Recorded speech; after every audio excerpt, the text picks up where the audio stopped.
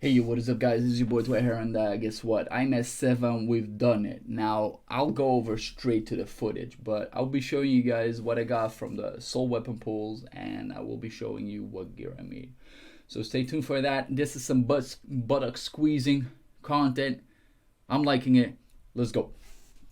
Alright, now let's go over some tactics. Now, I've already shown every tactic onto my previous guide. I'm going to add a little bit on top of that.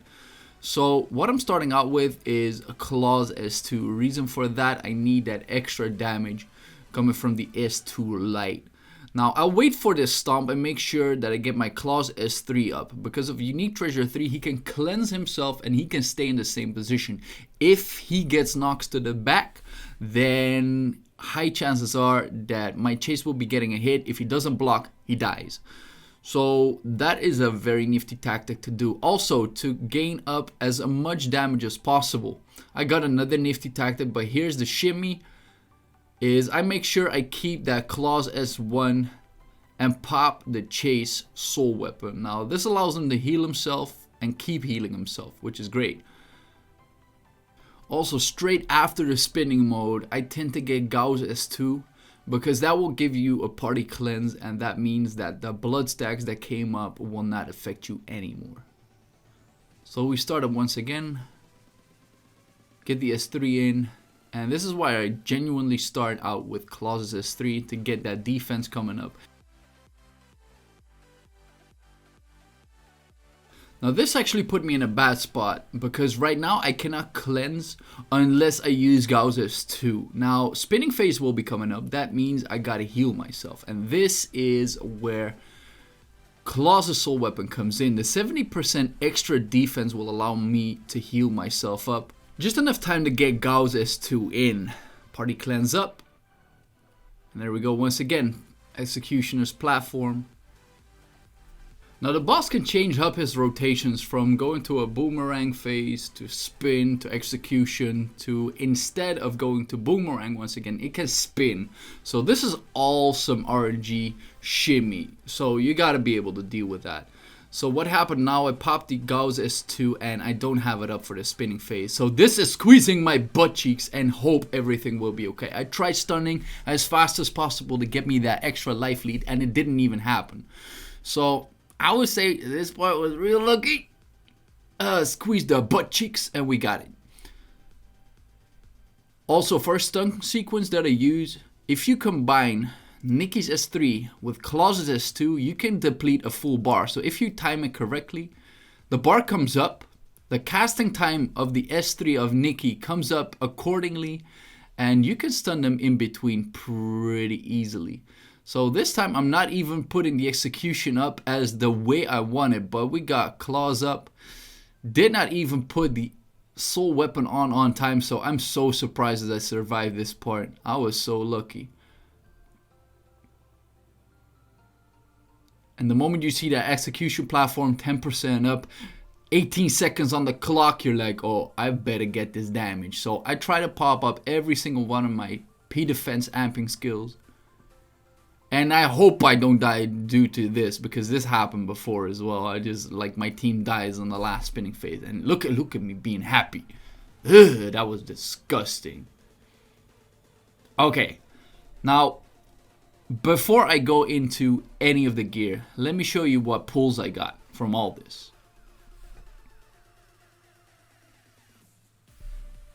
I got myself a random warrior ticket. Yes! Alright, ladies and gents, time to pull another chase. Please. Pretty please. And we get a Syria. Okay, I'll take it. I'll take it. No problem. I gotta say, this is by far one of the most beautiful soul weapons around. Oh, look at that stuff.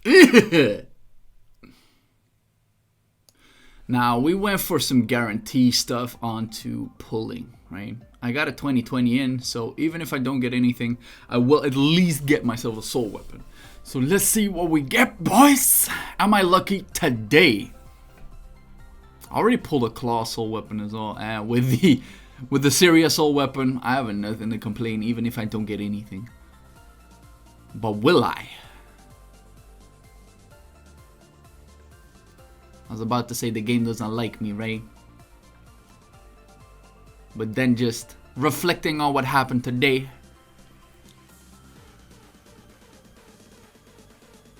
this game really doesn't like me. What the? Oh, let's go. Oh, we get some Bernie up in the building. Yes. So that means one more for advancement phase 1, guys. And actually, next week we'll have enough tickets, so I could potentially get the advancement 1. But I need chase for at least Imet 8. We got another one. Another one. What do we? This game really wants me to make an Aisha, and I kid you not, guys. I don't even own Aisha. I don't have no soul weapons, or no weapons, no unique treasures. I don't even have her. Oh, this game. Can we get some more? Or am I being... What? Oh, hell nah. Give me something. Oh, we get another clause up in the building. Now, I am working toward Imet 8, and I already know what I need. This is one of them. This is definitely one of them. Oh, man. I am so lucky today. So lucky. Alright, let's go over to some gear. Alright, that is it for the kill, right? So, without further ado, let's go over the hurdles that I actually took. So let's start off with my chase. So I tried several ways to do this, and what I found is penetration is the main stat that gives you the most damage. So for every penetration you could be putting attack, obviously, but I tried every single one of them. Penetration full is probably one of the best ways to do. How much I got about 1,000 something. So if you got them anywhere else, then maybe you could get even more. I'm not quite sure, but that is my way to go. Also, what you need, I tried doing this with the normal earrings. He gets blasted like straight away, so you need that overall defense, and you need some P block at the very least. So that is my way to survive him. Now there was a question on the stream that asked me like, dude, why are you not using the fantastic hybrid animals? If I would get this up higher star, I would, but the damage is actually lower than my Bless Convert 3-star. So yeah, if you do have a higher star, then this one would definitely take the price. So if you're looking for Imet 8, definitely would be one of them.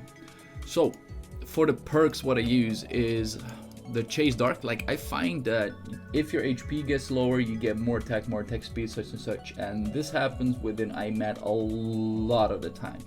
So that means that what the game is registering, like on a second basis, as it seems, that you are lowering your HP below 25%. It does not automatically tick. So if you hit between that time that it will register, you can still go lower than 25% HP and then still get the recovery without losing the S2 of Chase. Now this is an assumption, but this is what I've seen for over like 5 hours of playing this bullshit, right? Now, if you do not have enough survivability, what you can also try is the tactical foresight. But I tried within 1,000 dodge onto some of my characters, and what I did to register it, because you cannot really see it, you can do the Assassin's Veil. And if you want to try this out, you can do this yourself. So this will register whenever you dodge, and guess what? On 1,000 dodge, you don't even dodge all that much. So getting the dodge perk obviously adds something to the equation, but is it really good? I would say, nah, not really. So that is it for the perks of Chase. Now, another one that I really want to emphasize is Claws. Now, I tried 4 to 5 hours to do this without a soul weapon. I tried 2 soul weapon pulls, and guess what? I blasted it, because this soul weapon is definitely giving a trick. Because basically what it does is it gives 70% extra defense and it stuns. Now, the stun doesn't really matter, but the 70% defense gives overall attack increase due to chases, and this Transcendence, the offensive guard, which transforms attack into or defense into attack. And what I forgot to mention is the soul weapon of chase is necessary for one reason, is you need this heal rate increase, you need this attack speed or the attack increase. The overall heal can be used, but it takes a little bit of time to pop the skill, so you're losing out on HP. So that is something to look forward to if you want to do this. And well, let's go over claws just a little bit. So basically the main stats that I use is defense, and a lot of it too. Now, is it optimal? To some extent, yes, but there are some normal defenses out there.